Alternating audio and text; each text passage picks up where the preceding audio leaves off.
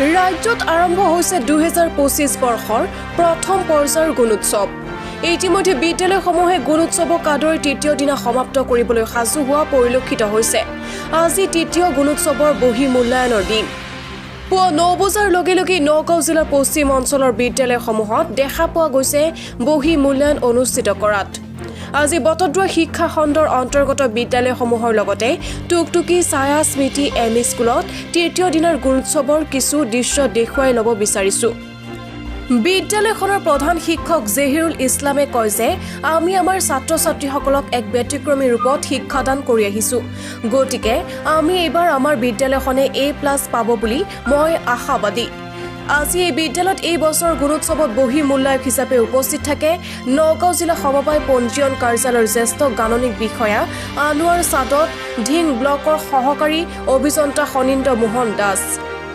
ইফালে আজিৰ এই শুভ ক্ষণত শিক্ষক শিক্ষয়িত্ৰী বিদ্যালয় পৰিচালনা সমিতি মাতৃ গোট সদস্যসকলৰ উপৰিও প্ৰাক্তন শিক্ষক আব্দুৰ ৰছিদ, সাংবাদিক জালাল উদ্দিন আহমেদ আৰু স্থানীয় গণ্যমান্য ব্যক্তিসকল। আনহাতে এই বিদ্যালয়খনৰ সুন্দৰ পৰিৱেশ দেখা পাই আনন্দিত হৈ পৰে দুয়োগৰাকী মূল্যায়ক। ঢিঙৰ পৰা আদিলুৰ ৰহমানৰ ৰিপৰ্ট, বটদ্ৰৱা লাইভ।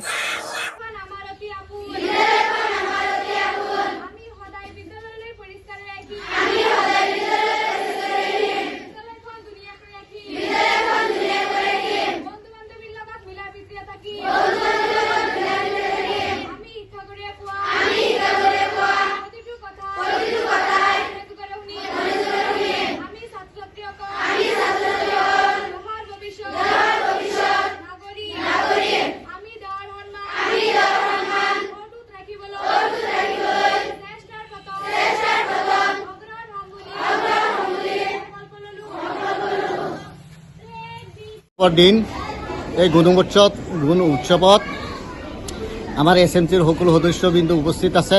লগতে স্কুলত যিখিনি ছাত্ৰ ছাত্ৰী আছে সকলোৱে আছে। আজি খুব বঢ়িয়াকৈ আমাৰ পৰীক্ষাখন চলি আছে। গতিকে সেইখিনিৰ ওপৰত নিৰ্ভৰ কৰি আমি ভাবি আছোঁ যে আমি A1 গ্ৰেড পাম বুলি ভাবি আছোঁ।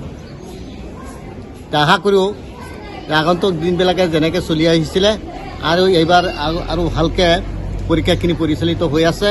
আমাৰ যিসকল পৰীক্ষক দিছে তেওঁলোকক যথেষ্টভাৱে আমাক সহায় কৰি আছে, আমিও তেওঁলোকক সহায় কৰি আছোঁ। বহি মূল্যায়নৰ হেদিন আপুনি এজন আজি ছায়া স্মৃতি মধ্য ইংৰাজী বিদ্যালয়ৰ গুণোৎসৱৰ বহি মূল্যায়নৰ দিন। ইতিমধ্যে যোৱা 6 তাৰিখৰ পৰা স্বমূল্যায়ন হৈ গ'ল।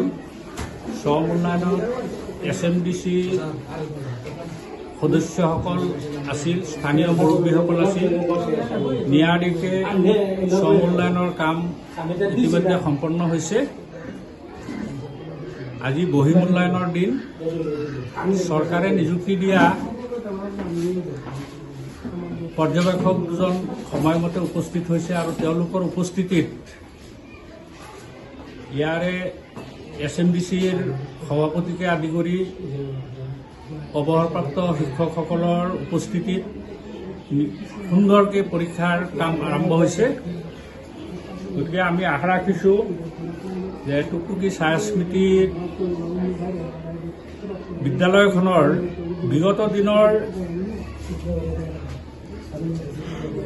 যিটো পৰম্পৰা, ছাত্ৰ ছাত্ৰীৰ উপস্থিতিও মোটামুটি সম্পূৰ্ণ আছে, এবচেণ্ট নাই। গতিকে আমি আশা ৰাখিছোঁ যে এইবাৰো A+ কেটেগৰী আমাৰ ছায়া স্মৃতি মধ্য ইংৰাজী বিদ্যালয়ে পাব।